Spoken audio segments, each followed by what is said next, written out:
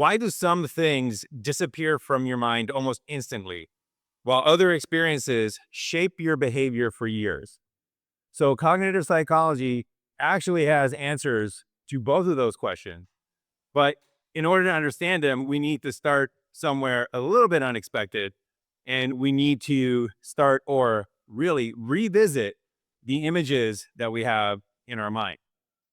So, last time we started asking that strange question, when you imagine something, what kind of representation is your mind actually using? And later, we're going to see how one irrelevant sound can erase what you just heard, and how repeated social experiences can quietly teach your brain rules about the world. So this is all in service again of understanding our goal, the human mind. So this video here is a nice illustration of one aspect of the human mind in terms of how memory works, and that is the reconstructive nature of memory. So many people intuitively, when they think about memory, they believe it sort of works like a hard drive, like a computer hard drive, or like a filing cabinet. So if you work in an office, you know you have filing cabinets where you put away hard copies of files. And the idea is that you store a file and then later you open that file. And that's what memory is. It's just the retrieving and the opening and the storing of these files. But cognitive psychology, as we're going to see, says memory actually works quite differently. Memory is reconstructed, like all these little particles from all these little places in your mind come together to reform into a memory.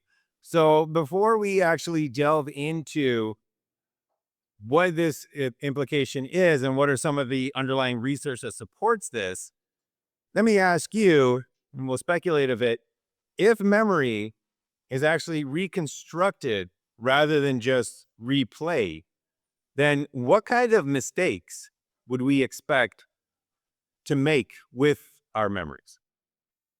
Mhm. You end up adding or leaving out details. Okay, so you'll end up adding or leaving out details. So leaving out details would be what would we call that? Okay, forgetting and then adding details.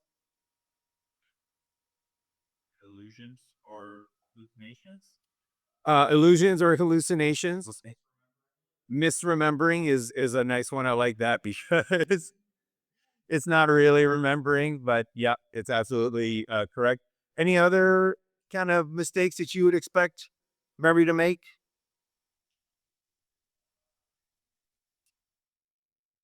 So the ones that were brought up were actually the big ones, because when you compare the idea of reconstructed memory to the idea of a file that retrieves a filing system that retrieves a file, one of those errors would be made by both systems, and the other error would only be made by one.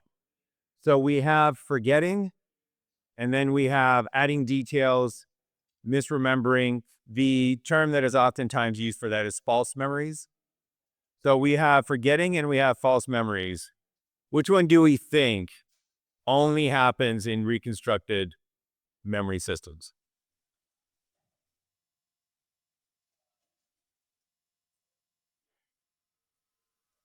Yep, Really false memory. probably false memories. And why would you say that? Because if we apply the theory of it being like a hard drive, of memory being like a hard drive, it's not uncommon for information to degrade or for a file to become corrupt.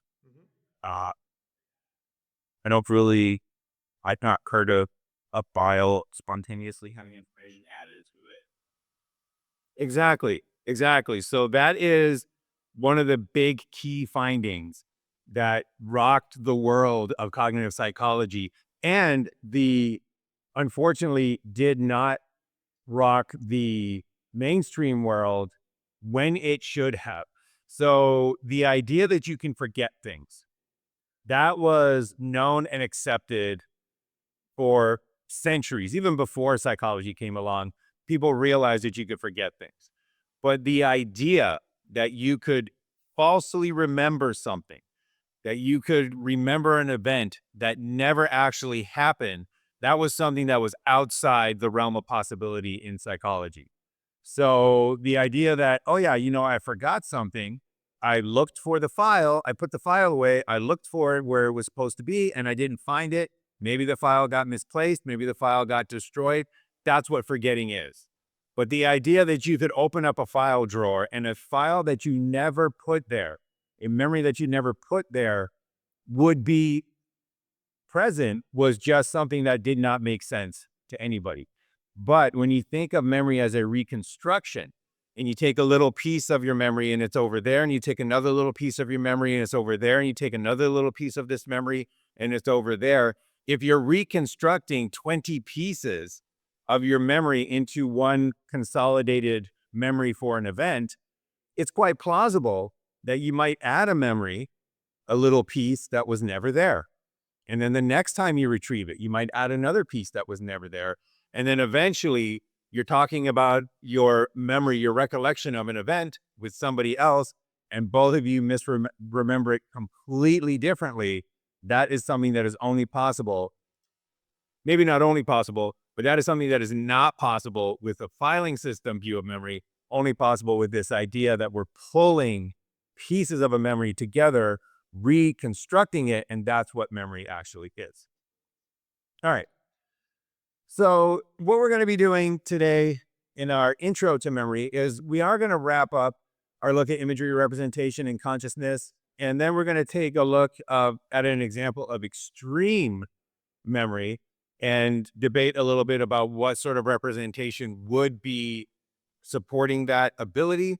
Then we're going to talk about a very influential idea of memory, which is the modal model of memory.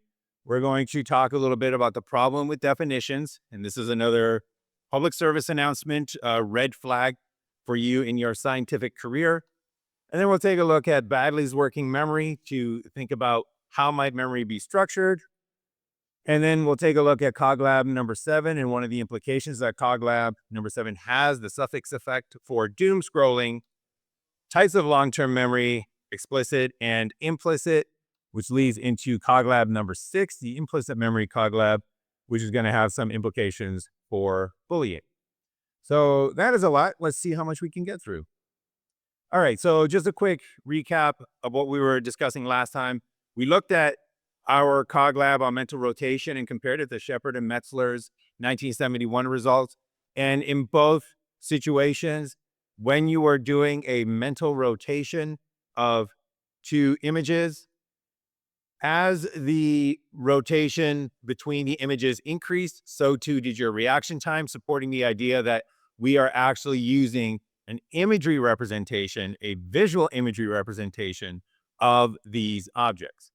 So again, that was the result that that indicated that we are actually rotating something in our mind that preserves the same physical structure as objects in the real world, because our mental representations take longer to rotate, much like physical objects take longer to rotate the further they need to be rotated. So the idea of this is that when you are thinking, when you're doing cognition, and you're doing cognition on mental rotation, what you're actually doing is in your mind, you have an imagery representation, something that looks like this in your actual mind. So this kind of brings us back to where we started last time. And we introduced, so we saw proof for this idea. We introduced the idea with Neil deGrasse Tyson and Chuck Nice about recursive simulations of reality. So simulation of a simulation of a simulation of a simulation. And then we also kind of planted the idea of fractal structures like the Mandelbrot set, which is something that the deeper you go, it never changes its structure. It preserves the structure regardless of how far you zoom in. It still looks like the exact same structure. So that Mandelbrot set shows us something strange, which is structure repeating inside structure forever. So, what if our minds are working the same way? What if our minds, when we think about thinking, so when we think about rotating objects, we do an imagery representation. And that imagery representation preserves the structure of those objects. So in our mind, we have a representation that preserves the structure of the objects. So what if, when we're thinking about thinking, when we're asking ourselves, am I aware of what is going on in my surroundings right now? If I'm asking myself, am I conscious of what's going on in my surroundings right now? What if what we're doing is we're using a representation of our mind in order to think about whether or not we are conscious, in order to think about, am I aware?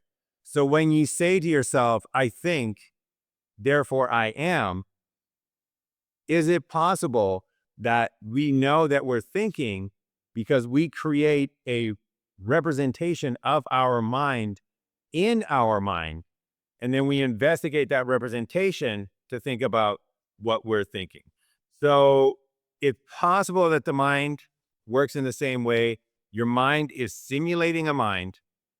And if you think about thinking about thinking, your mind is simulating a mind that is simulating a mind. And if you think about thinking about thinking about thinking, your mind is simulating a mind, simulating a mind, simulating a mind. And maybe that's all that consciousness is the ability to go one level up from wherever you are.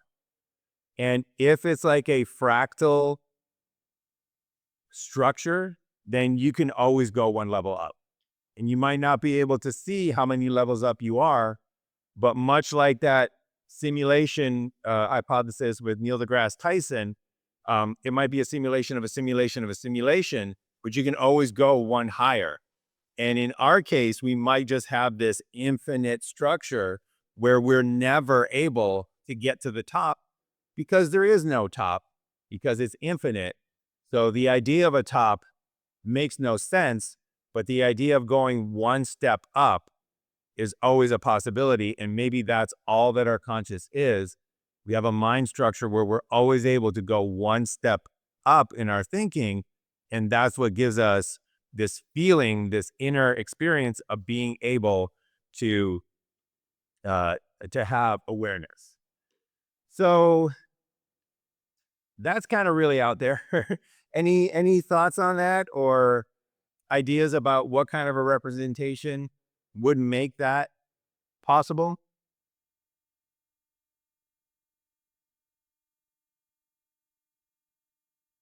Does the explanation sound plausible to people? Ludicrous?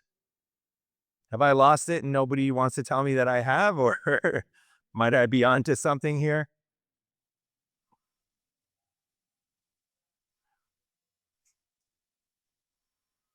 All right. Well, think about it. I'm going to take the silence as a indication that you are currently going through levels of your own mind, trying to think, is this actually the case? Or maybe you're trying to simulate my mind and think to yourselves, well, let me think what Dr. Uditrovich might be thinking. Which, incidentally, before we leave this, just one little thing, just in case you're wondering, well, no, we don't actually simulate minds, right? When you're thinking, you're not actually simulating your mind. If you need a little bit more convincing, think about when you're playing a game against an opponent and you have to predict what that opponent is going to do. So I used to play a lot of poker. And one of the things that you need to do in poker is you need to figure out, when somebody bets a certain amount of money, what does that mean? So let's say that I'm playing a game and somebody bets big. And I think to myself, all right, why would this person bet big? And I'm going to make a model of their mind. And I'm going to say to myself, all right, this person bet big because they have a good hand, right? I know that they usually bet big when they have a good hand. However, so I've simulated their mind, thinking, okay, they got a big hand, so they're betting big. However, I also know that my opponent's a good poker player. So they probably know that I know that they bet big when they have a good hand. So they might say, well, Dr. Hitch knows that I usually bet big when I have a big hand. So I'm going to bet big now when I have a small hand, right? And I'm bluffing. So because I know that he knows that I usually bet big when I have a big hand, I'm going to bet big because I have a small hand. And then it's back on me. And I think to myself, well, I know that he usually bets big when he's got a big hand, but I know that he knows that I'm a good player. So he might say that I know that he knows that he bets big, but now he's going to bluff me by betting small. But because I know that he knows that I know that he knows that I know now that he has a small hand. And then depending upon how far up you go, that you could sit there forever. And that's why that's one example of how when we think about others, we actually are simulating their minds in our mind. And that is also a good reason why you never bluff a beginner, because a beginner will not be able to go through that much information. And they'll usually stop at, oh, he bet big, he must be bluffing. And you'll get called every time. All right. Let's wrap up our look at imagery representations with some examples of extreme imagery representations. So we're going to talk about a little bit about the bad and then a little bit about the good. So one of the extreme examples of imagery representations that seems to fall short of what we would have intuitively expected, and this was seen previously in one of our meetings, is change blindness. So if we have imagery representations of our external world, change blindness has for sure shown us that representation is very low resolution. If you can switch out entire people and you have an imagery representation of that situation, then you are not preserving enough structure to tell the difference between those two people. So if imagery representation is being used in situations like change blindness, it indicates that we must have really low resolution imagery representations. However, we have the good. Actually, this is the extremely good, which are examples of photographic memory. So we're going to take a look at an example right now of extreme photographic memory. This is Stephen Wiltshire, and he is known as the human camera. And the reason he's known as a human camera is because he seems to literally have photographic memory that preserves details, preserves structure the way that a photograph would. And this is an example of what I believe can only be an imagery representation. So let's take a look at exactly what this individual is able to do. So this is Stephen Wiltshire.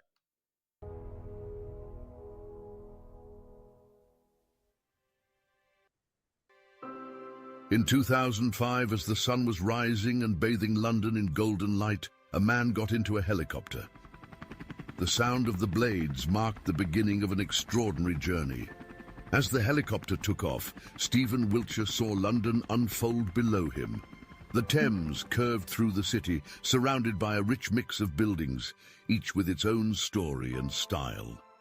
While most would see a beautiful blur, Stephen perceived every detail with perfect clarity. His eyes moved quickly from landmark to landmark, like the Shard, St. Paul's Cathedral and the Tower of London, each one captured in his mind as a detailed, three-dimensional map, with every window, ledge and curve vividly remembered. After what seemed like no time at all, the helicopter began to land.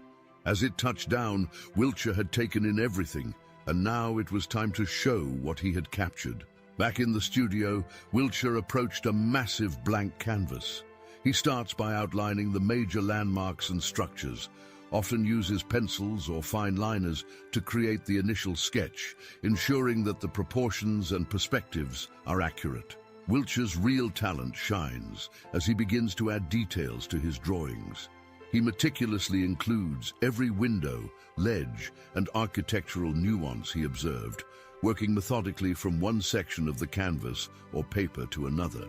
He works rapidly with headphones in, his pencil skimming the surface of the canvas and using the finger of his other hand for perspective. He then goes over the sketches in pen, filling in the details of the buildings, and a city emerges before your eyes. After the main elements are in place, Stephen adds finishing touches, such as shading, textures, and other finer details that bring the cityscape to life.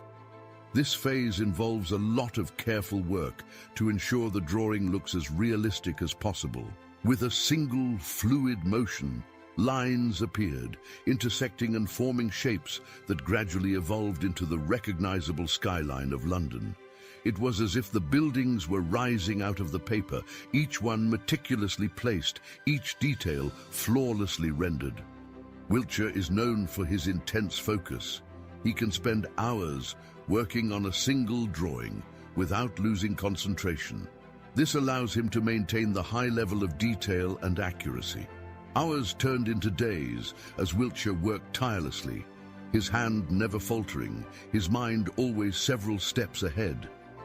Without using notes, sketches, or photographs, his drawing even details the exact number of floors on each skyscraper. Slowly but surely, a panorama of a mega city emerged, stretching across the canvas with breathtaking precision. Every structure was perfectly scaled and positioned, a testament to his extraordinary gift. Set the challenge by Channel 5 for its documentary Extraordinary People, Wiltshire expressed his delight with the final result. Eventually, Wiltshire captured a 7-square-mile panorama of London on a 13-foot curved canvas in 5 days. All right, so that's Stephen Wiltshire, and an extreme example of memory ability, and just the ability to draw every single detail, every single building, every single, I mean, you can't really see the roads, but other cities that he's drawn roads and structures. And that is an example of just a phenomenal memory. So he remembered that entire skyline after one helicopter ride. So one of the amazing things about this is that it really, really seems to indicate that his ability has to be supported by an imagery representation. There would have to be, well, you could theoretically do much of what he does with propositional representations. So some of the things that the narrator mentioned, like, oh, he drew the exact number of floors, for these skyscrapers. Well, you can imagine in a propositional representation, he just has, building number 1, 13 floors, building number 2, 14 floors. This famous building, 22 floors, right? You can imagine that sort of thing would be in a propositional representation. However, one of the mind-boggling things that he does is perspective. And more so than that, he does curved surfaces correctly in perspective projection. So if you know anything about, well, no, that's too far. If you know this thing about the history of fine art, one of the ways that painters painted in perspective during the Renaissance, for example, is they would use a camera obscura, a pinhole camera, and they would set themselves up, and they would say, all right, I want to paint that building over there, right? So they would set themselves up on a building or in front of a building, and then they would build a dark room. They would put their canvas over here. They would put one little pinhole, and they would let the light come in. And much like a pinhole camera, that building would get projected onto their canvas, and then they could trace it. And they would be able to trace out a perfect perspective outline of the building that they were trying to paint. And we know that they did this not just from notes that, artists had left in terms of techniques, but also if you take a look at paintings that use this technique, and you take a look at, for example, spherical objects, the spherical object's perspective is oftentimes very, very subtle. So you have a sphere that's a perfect sphere, but it should be drawn as like a 1% ellipse. And the human eye cannot tell the difference between a perfect sphere and like a 1% ellipse. But if you take out a ruler and you start measuring these images, you'll see that the sphere was drawn with that 1% ellipse projection, indicating that they used a camera obscura, indicating that they used an imagery representation, literal imagery representation of the external world, and then they just traced over it. So why am I telling you this history lesson? If you take a look at the spherical objects that Stephen Wiltshire draws, if you take a look at cathedrals that have domes, if you take a look at whatever that building in London is, that's that curve, I don't know what it's called. If anybody knows, let me know. But that curved building in London, if you take a look at those, they are drawn in perspective. They are drawn not as perfectly spheres, but they're drawn as those 1% ellipses. And it's almost impossible for a human to do that unless they're actually looking at the image and tracing it. So there is something that is a very kind of convincing evidence that when he's drawing these pictures, he's actually seeing on that white canvas his imagery representation, much the same way that you can imagine a person's face. You know, you're looking at a wall and you imagine, well, what would it look like if so-and-so was standing in front of me? He goes to that picture surface and he says, well, what would London look like if it was just now in front of me? And then he has that whole representation there as an imagery representation, and then just starts tracing what he remembers. And that's why his perspective is so geometrically good. It's better than humans can do unless they're assisted by technology. All right. Any comments, questions about Stephen Wiltshire? All right. Don't feel bad. He is like a one in a, I don't know, how many humans have lived on this earth so far? 1 in 100 billion type of individual. So a lot of times we see case studies like Stephen Wiltshire of extreme ability. And one of the things that really lets us do is it really lets us study memory in general, because his extreme ability, even though we don't share it, has a lot to say about memory in general, because we know that it's possible. And then we try to figure out how to do it. And again, he can remember an entire skyline after one helicopter ride. But as we're going to see, the average human mind can lose something important in about 2 seconds. And all it takes is like one extra piece of information.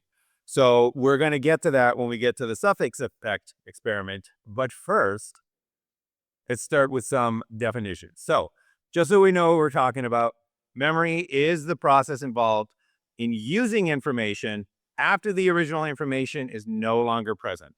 So that external reality information that was out there in the external world, it's no longer there.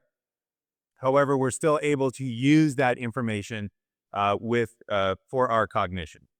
And one of the big kind of approaches to memory was to split it up into different modalities. This is the model of memory. It's also a bit of a tongue twister, but it was basically to say, okay, we're going to split memory up into different modalities depending upon different memory abilities. So we have things like short-term memory, and we have things like working memory, and we have stuff like long-term memory. So what is short-term memory? So this is from Baddeley. We're going to see him in a little bit. Short-term memory is the system involved in storing small amounts of information for a brief period of time. What is working memory? Working memory, a limited capacity system for temporary storage and manipulation of information for complex tasks such as comprehension, learning, and reasoning. And then finally, long-term memory is the system that is responsible for storing information for long periods of time. So we have these three modes of memory, and these are highly accepted, although not without controversy, ways of thinking about how your memory is actually structured. And before we go into a bit of a deeper dive into working memory, this is an excellent time to just highlight something that is a little bit of an insidious phenomenon in science, and that is the problem with definitions. So indulge me as we go into another trip into my research history. And let's say that I wanted to do a little bit of work in memory. I wanted to do some research in memory. And I thought to myself, you know what are we able to remember? And let me start building structures of memory based on what we are able to remember. So I think to myself and I say, you know what? I think that there is a thing called blue memory. And what blue memory is, it is the memory system that is involved in storing information regarding things that are blue. So in blue memory, another mode of memory, you have your memory for things like the sky. And you have your memory for things like blueberries. So the fact that you know blueberries are edible, the fact that you know that the name of that thing is blueberries, that would be stored in your blue memory. If you know who Sonic the Hedgehog is, that would be stored in your blue memory. And if you have a negative reaction to this image right here, because you have encountered the blue screen of death, that is also a result of your blue memory. So let's say that I come up with that idea and I say to myself, you know what, blue memory, that's the system involved in storing information regarding things that are blue. And then emboldened by this idea, I come to myself and I say, you know what, let's not stop there. What else can we remember? And I look to my comic book roots and I say, I remember things about Spider-Man. So there must be something called Spider-Man memory. And Spider-Man memory is the system involved in storing information regarding things related to Spider-Man. So knowing things like Spider-Man can shoot webs, his outfit is red and blue, knowing things like Tobey Maguire starred in Spider-Man in 2002, Andrew Garfield on the left starred in The Amazing Spider-Man in 2012, Tom Holland in the center starred in Spider-Man Homecoming 2017. So if you went to go see Spider-Man No Way Home, and you wanted the full experience, you had about 20 years of Spider-Man memory that you needed to call upon in order to appreciate the entire narrative. It's also where you store things like Miles Morales and Spider-Gwen in Spider-Man Across the Spider-Verse. It's also where I store my disappointment because I love that series, but I did not know that was going to be a two-parter. And when I actually felt the end of the movie coming, I was just like, no, no, no, no, no, no, please no. So still waiting. Can't wait, but wish they didn't do that. It's also where you would store information for Spider-Woman because she is related to Spider-Man. She was actually, this is kind of funny.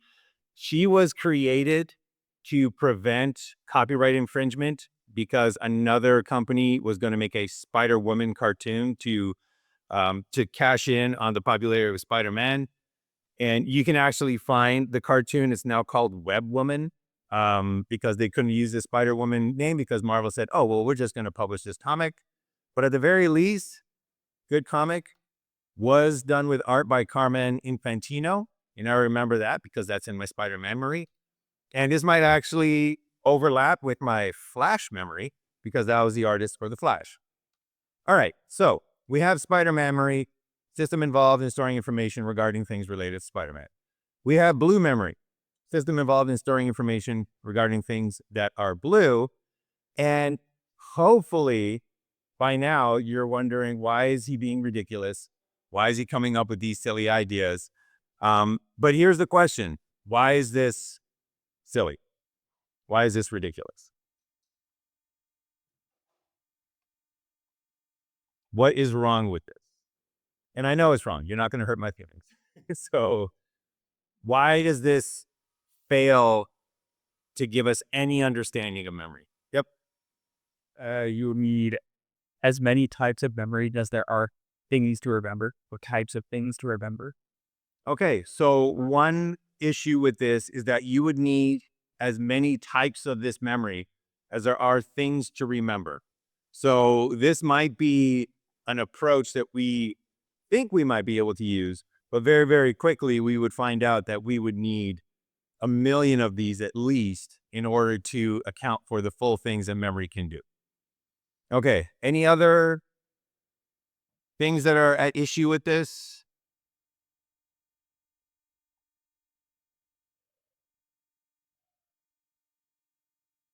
So does the Spider-Man memory definition that I give you, does it explain anything about Spider-Man memory? No? Does the blue memory explain to you anything about blue memory?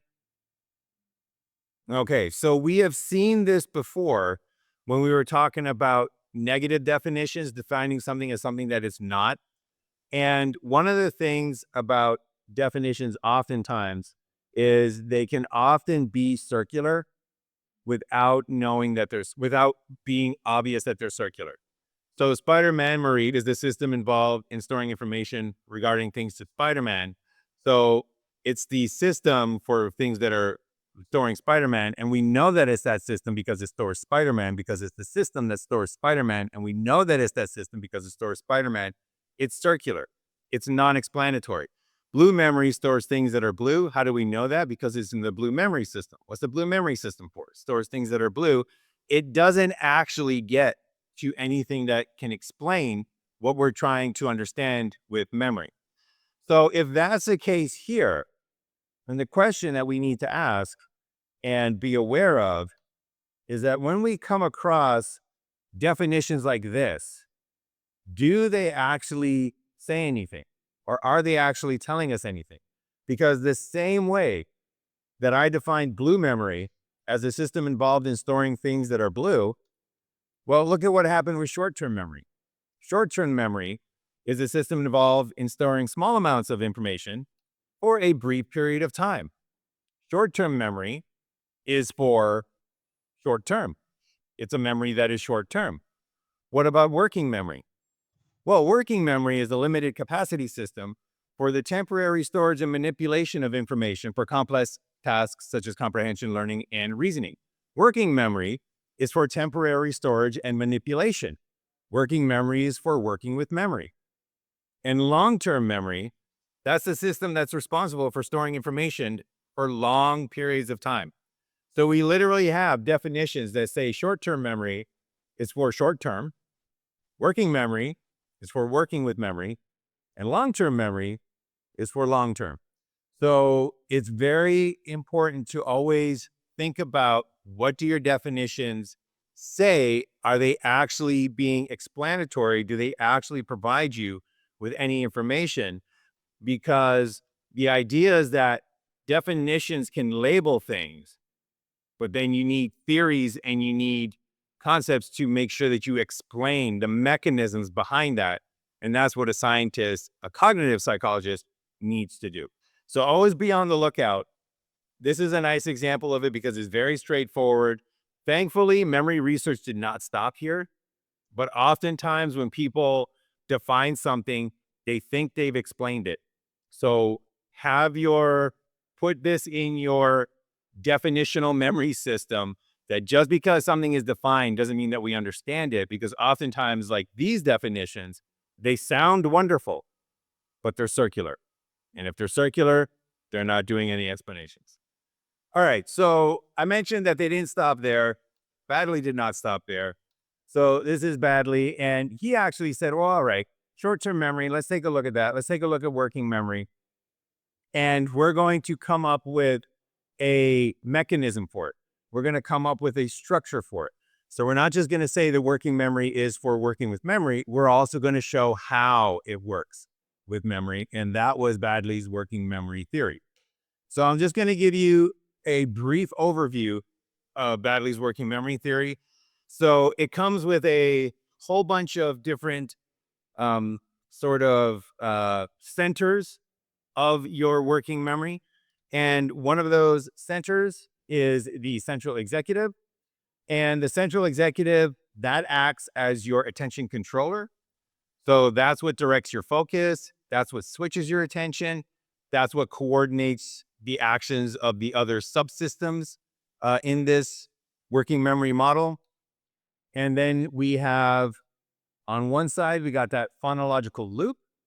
And the phonological loop is actually made up of two subsections of this working memory structure. So we have the phonological store, and the phonological store is where you can hold auditory information very briefly. So it's kind of like your inner ear. It's kind of like that echo that you experience when you hear something. That is the phonological store. And then your articulatory control process, that is what keeps that auditory information active through what is known as subvocal rehearsal. So that's like your inner voice. So if anybody ever told you their phone number and you didn't have your cell phone out to enter it in, but you just kept repeating inside your own head that phone number, you've been using your articulatory control process to just keep actively rehearsing subvocally. You're not saying it out loud, that information. And then we have on the other side of the working memory, we have the visual spatial sketch pad. And this is what handles visual and spatial information.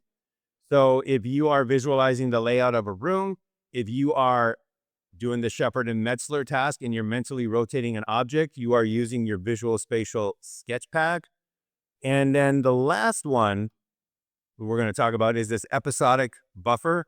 And this is what integrates your information across the different domains and links with working memory and long-term memory. So that is where you actually can recall and integrate episodes from your own life that come from long-term memory. And that's what helps create these coherent episodes or scenes and help bind together information like color, shape, and sound of an object into an entire whole. So that's the working memory model that Baddeley came up with. And one of the great things about this model is that it does make some very strong predictions about what kind of behavior we should see. And it is able to explain a lot of the behavior that we are able and not able to do. So let's just very quickly test this model. So which one of these things is easier to do? Driving while listening to music or reading while listening to a podcast?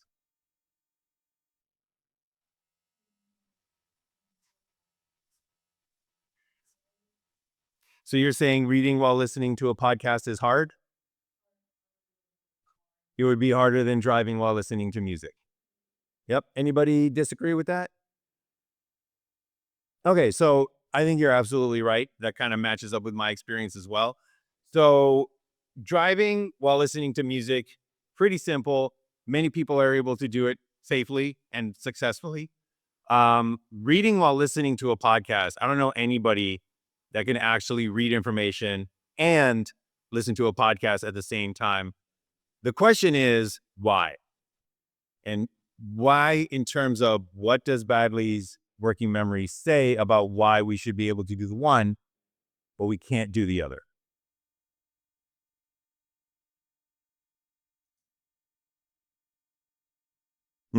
With reading and the podcast, you're absorbing basically two different media of language.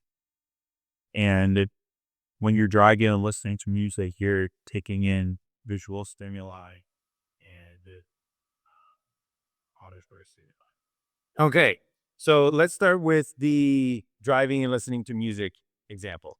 So you're taking in visual information when you're driving.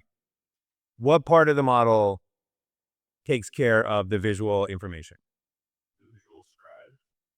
The visual, yes, the visual scribe working with that visual spatial sketchpad. So that is the area of this working memory model that is taking care of your driving, right? Because you need to navigate, you need to work with your memory to drive your car. And it's a spatial thing. So your visual spatial sketchpad, that is what is being used. What about listening to music?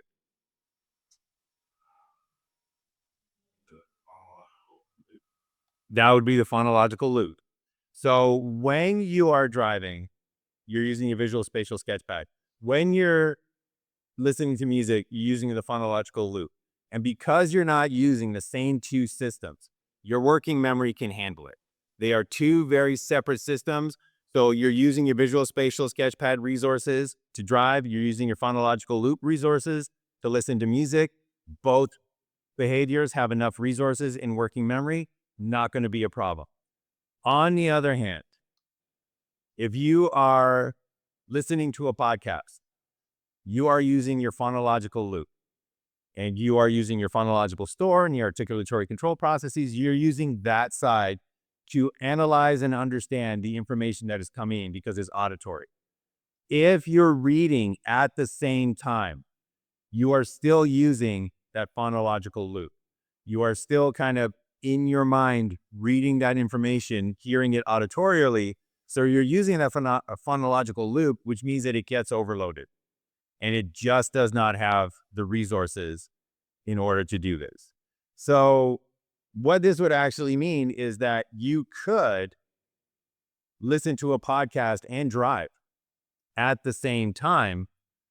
And you still be able to do that because your phonological loop would be used for the podcast. Your visual spatial sketchpad would be used for the driving. On the other hand, interestingly, and I just thought about this.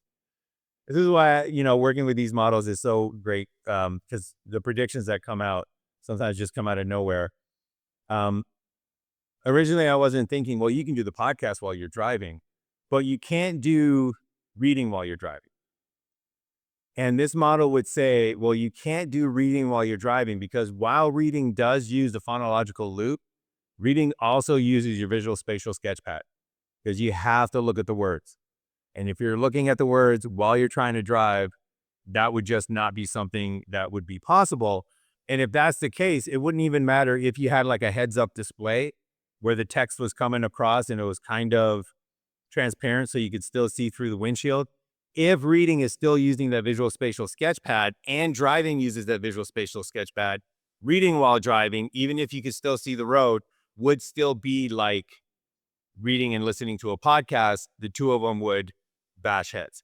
So that's the kind of work and that's the kind of knowledge and theories that we need in order to understand how working memory is operating, rather than stopping at a definition, which sounds really convincing. But then when you see that it's circular, you actually have to dive deeper and understand what is the structure of these things and how do they interact? What are the representations being used in order to fully understand what's going on? All right.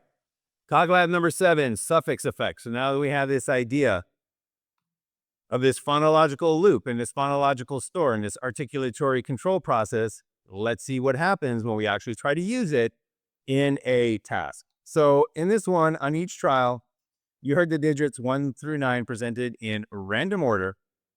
And your task was to recall the numbers in the same order in which they were presented. So the independent variables were 2 of them. One was the type of suffix. So the suffix was the indication that the list was complete. And a suffix could either be speech or it could be non-speech. It could just be a tone. So in the case of speech, it was the number 0. And in the case of non-speech, it was just a tone. It was a beep. And then the other independent variable that we have is the serial position. And the serial position is the position of each digit in the list. So did the number come first? Did it come second? Did it come third? Was it 7th? Was it 8th? Was it 9th? In what order did this number actually occur? All right, so this is what it looked like. We don't have auditory here, so this is what it would have sounded like if you didn't have your volume turned up, like I didn't the first time I tried this one. And basically it would read out the numbers in random order, and you would enter in the numbers that you heard in the order that they were said, and then you would get ready for the next trial. So results for the non-speech condition. And again, in the non-speech condition, the signal to recall items was a tone. So it would go 1, 7, 4, 3, 8, 5, blah, blah, blah, 2, beep, and then you would recall your numbers. So what happened in that non-speech condition? All right, so x-axis there, we have the serial position. That means where in the order did that number occur? So was it in the first position or the first number you heard, second position, second number you heard, ninth position, last number that you were asked to remember? And then on the y-axis there, we have the proportion correct. And basically the higher the line is, the better your memory was for that particular position. And what we found and what you did was this line right here. And this is a very typical memory result. This is known as the serial position curve. because it tells us what we remembered depending upon whether we heard it first, second, third, or, for example, eighth or ninth. So you can see that we are much better for the numbers that we heard right at the beginning. And that is known as the primacy effect. So we're way better for those first three numbers that we heard rather than we are for any of the other numbers, except maybe the last one. But that benefit of being first in our memory, that's known as the primacy effect. And the benefit of coming last in memory in terms of your performance, that's known as the recency effect. So again, the serial position curve right here shows higher performance for the numbers that came last. That's the recency effect. Higher performance for the numbers that came first. That's the primacy effect. And then there's that huge dip in the middle for numbers in the fourth, fifth, sixth, and seventh position. All right.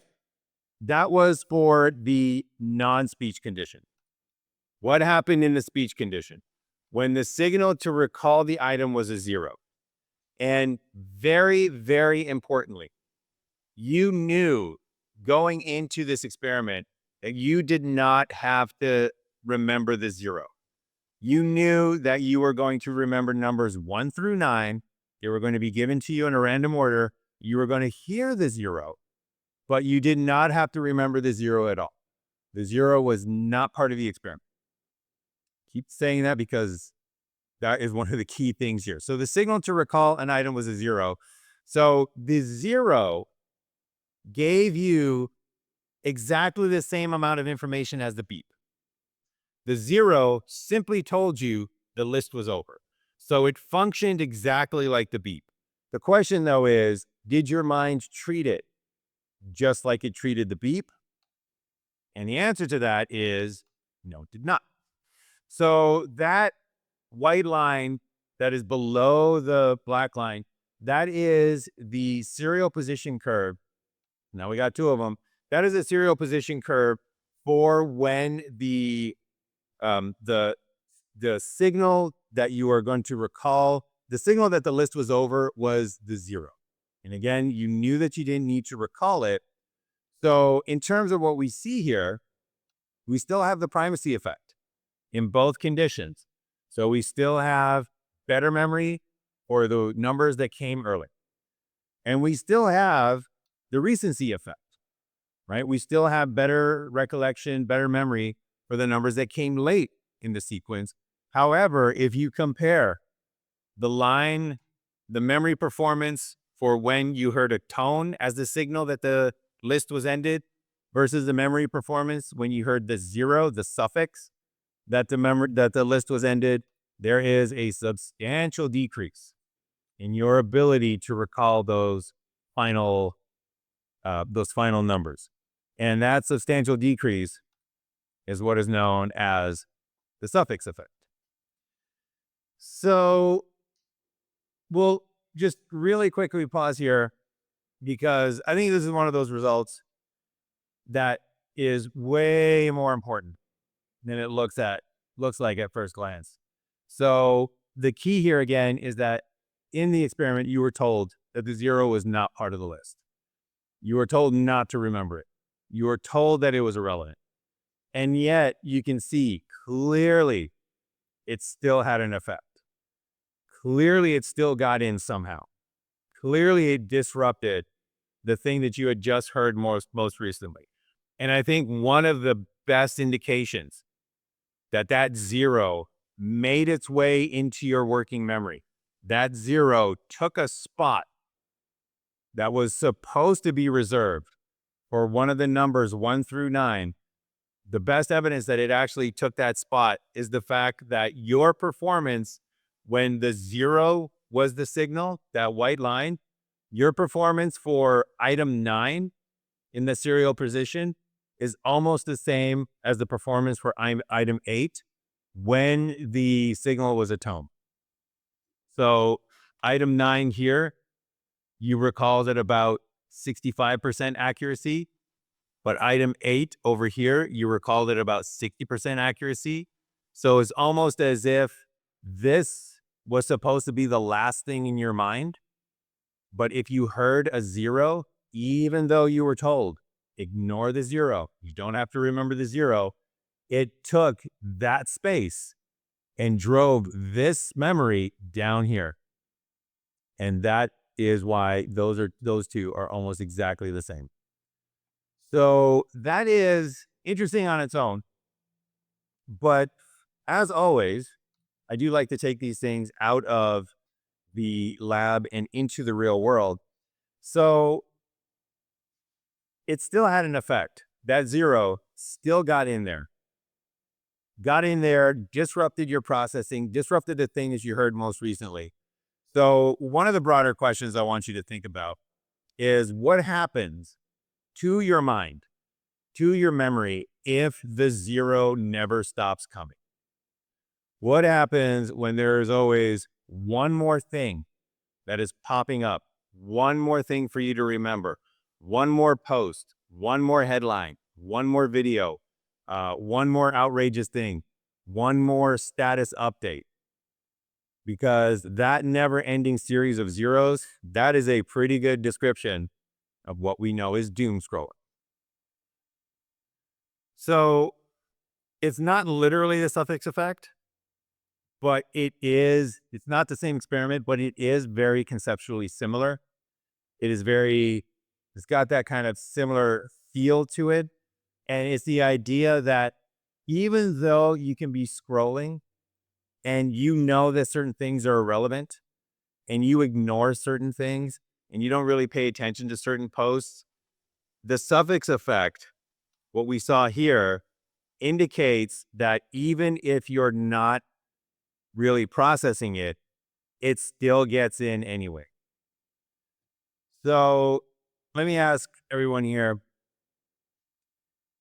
when you doom scroll, okay, so first off, I doom scroll. I'm not, if you follow the theme so far, I am very pro technology. I actually am on the side of, I think social media really started out as a kind of boon to society and has just kind of gone down as businesses have made it worse. And if you ever want to read a really interesting book on why that happened, I'm gonna have to beep this out for my YouTube post. But there is a term known as enshittification, and look it up. It is literally one of the reasons why this sucks now, and it used to be really, really good. But so I've doom scrolled before. Has anybody ever had that experience where you read something and for a little bit of time you really feel like it matters, but then 5 seconds later it's just gone? You just sort of like, yeah, yeah, I see your lights. Yeah, same thing. Um, have you ever had the experience of, let me put it this way. Have you ever had a very different experience when you spend an hour and a half watching a movie and that movie had a really cool beginning and it had building tension and it came to a climax and it had a great resolution, and you walk out of that movie and you feel a certain way? You spent an hour and a half with that narrative arc and you end up feeling a certain way. And then you spend an hour and a half and you doom scroll. Does it feel different? Which one is more satisfying, movie or doom scrolling? Movie. I hear mutterances of movie. Sometimes I'm thinking a lot of these things, the speculation is pretty obvious. So why might that be?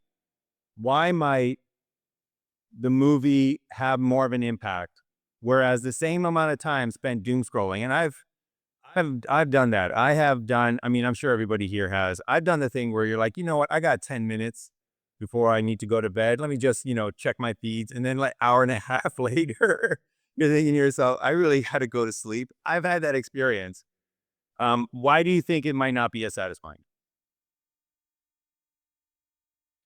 Any speculation in terms of what's going on with the suffix effect? Yep. It's not all relevant to like the same so plot the way a movie is. So Okay. you're taking a lot of information, but it doesn't necessarily have relevant meaning or related meaning. Okay, so the fact that it's not related meaning, that it doesn't build a sort of satisfying narrative, right? Is the idea that it's just a bunch of disjointed little experiences rather than like an overarching, satisfying conclusion to something. Okay. Okay. Any other theories? So why wouldn't doom scrolling have a satisfying conclusion though? At the very least, you can imagine that, let's just make it simple. Let's say that each video when you're doom scrolling is 30 seconds long. And so in an hour and a half movie, you would have 180 little videos that you were able to watch.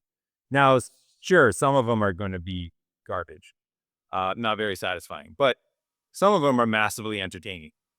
Why wouldn't that kind of maybe build up in terms of, you go through it and you're like, well, I didn't like everything, but man, those 20 just, woo, those were amazing.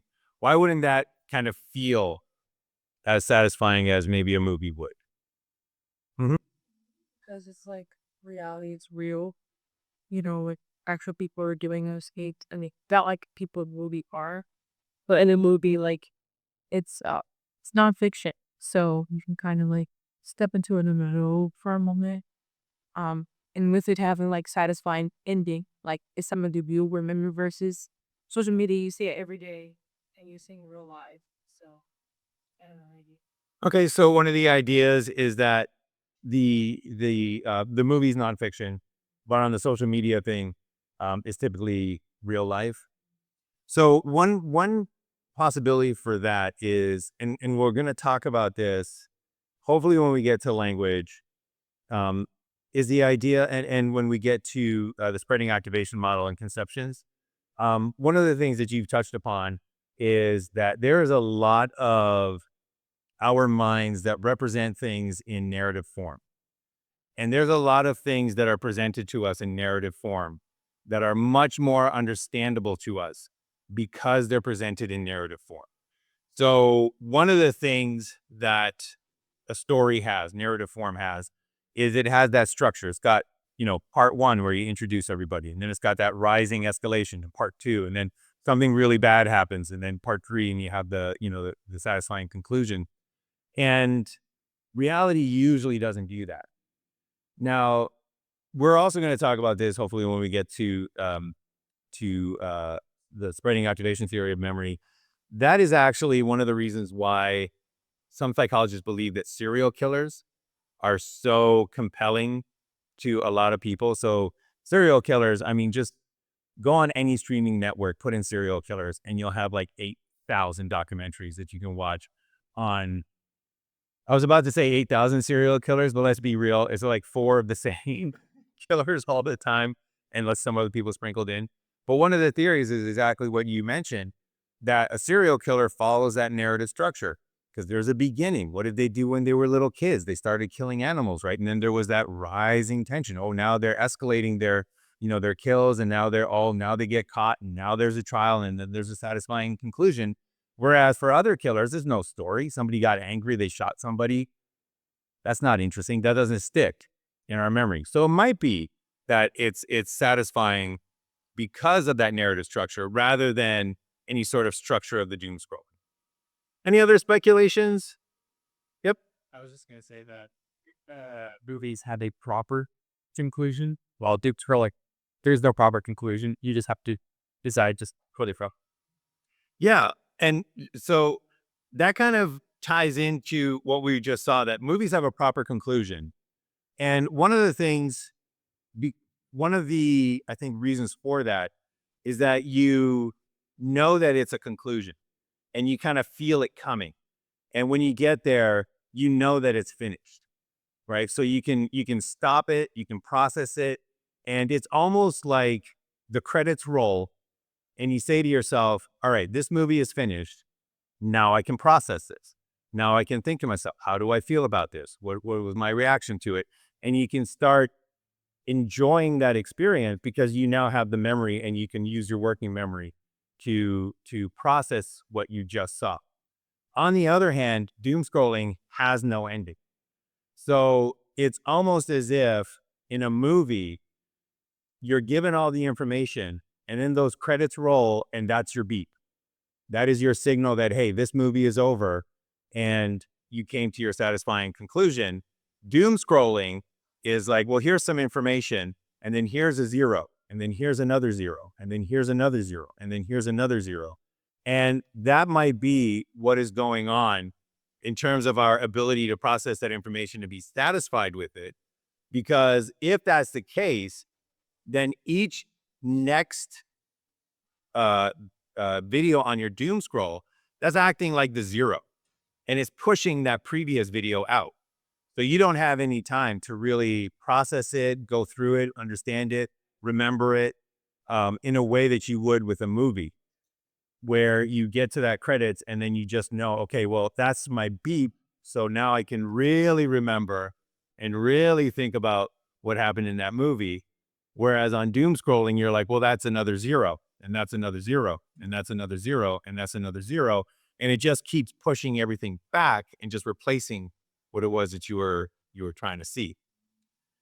Interestingly, that would indicate that if you, and this would be a rather long experiment to do, but maybe people could figure out a way to do it.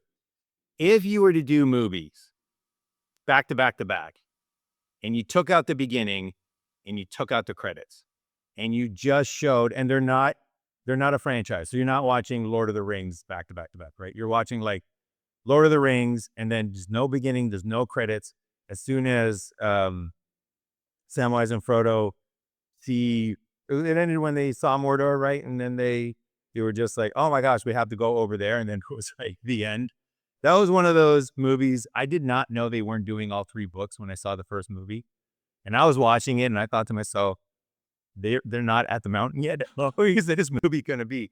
But if we took out the credits and we showed that movie, and then immediately afterwards, we showed The Matrix, and then without credits, right? Just bop right into that first scene. And right at the end when Neo flies off into the world. And then immediately after that, we just jump into like Zootopia 2, but no intro, just boom, first scene. You should not have as good an experience as if you were able to have the credits and have the intro scenes. So that would be a really interesting experiment to do. You would have to find a way to get people to basically, I mean, those 3 movies that I just mentioned, that's 5 hours of an experiment with people sitting back to back to back. That's tough to do for non-serialized stuff, but that would be a really interesting to check out, because this prediction and what we were just speculating would indicate that you will not enjoy that first movie as much, and you won't enjoy that second movie as much as you normally would if you saw it on your own. All right, cool. So we are not going to get to our final Cog Lab today, but I do just want to kind of end with just a kind of real quick intro into the types of long-term memory before we have our break. So types of long-term memory, we have 2 different types. The first one is explicit memory. And these are memories that we use with awareness. So we are aware of the fact that we remember these things. So examples of explicit memory are things like episodic memory. And episodic memory is memory for things that happen to you. So if you remember your 8th birthday party, that's an episodic memory. If you remember what happened to you on your way to class today, that's an episodic memory. Semantic memory is your memory for knowledge, for facts. So if you remember Baddeley's theory of working memory, that's a semantic memory. So if you remember that George Washington was the first president of the United States, that's semantic memory. If you recall where you were when you learned that, that's episodic memory. So those are the explicit memories. And then we also have implicit memory. And implicit memory is memories used without awareness. So we have procedural memory. I'll get to that in just a bit. We have priming. And what I mean by using it without awareness is that you don't know that you remember these things but we can do behaviors and show that you actually do remember these things. So, for example, priming is the idea that if I say the character Batman, you are probably either thinking of Robin or you're thinking of the Joker, depending upon which Batman movies you've seen, because the two of them get together. So if I prime you with Batman, you're probably going to start thinking of the Joker. If I prime you with Doctor, you're probably going to start thinking about nurses. If I prime you with, I ran out of pears. If I if I prime you with apples, maybe you start thinking about oranges, because people always say, hey, it's apples and oranges. That's an example of priming.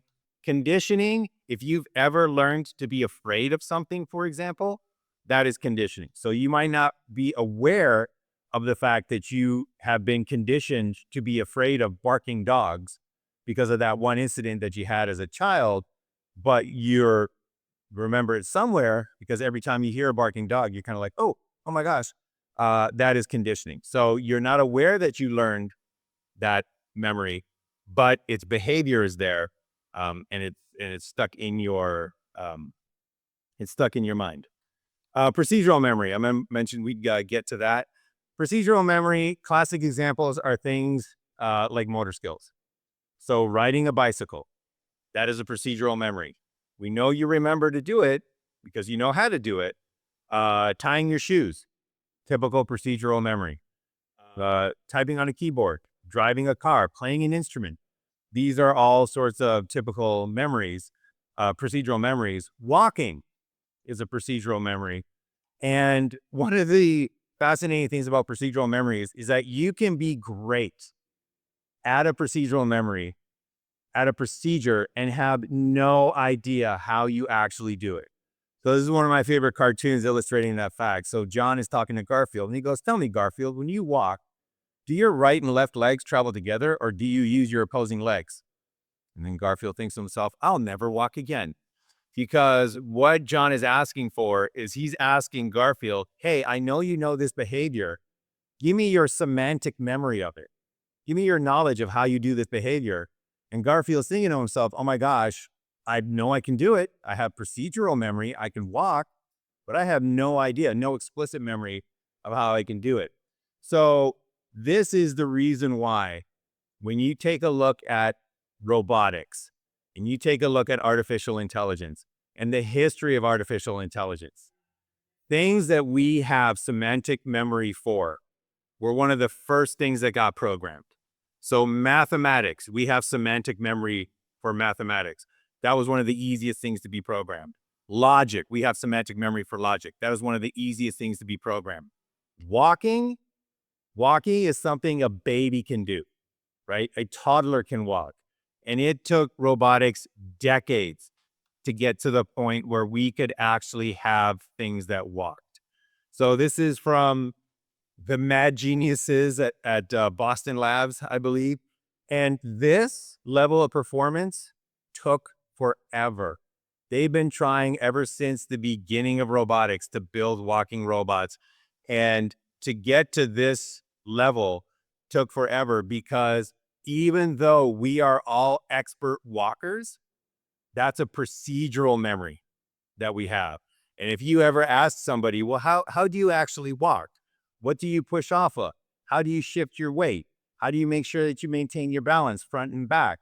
You will have absolutely no idea, and yet you can completely walk. So I'll let him show off a little bit. There he goes. I'll let him show off a bit here, just to kind of give him his flowers. But yeah, that's procedural memory, knowing how do we do things, knowing the motor skills, but we don't have that in explicit memory, which is why it was so difficult to program those robots. All right, next time we meet, we're going to get to explicit learning. We didn't have time for it today, but unless there's any other comments or questions. All right, we're done for today.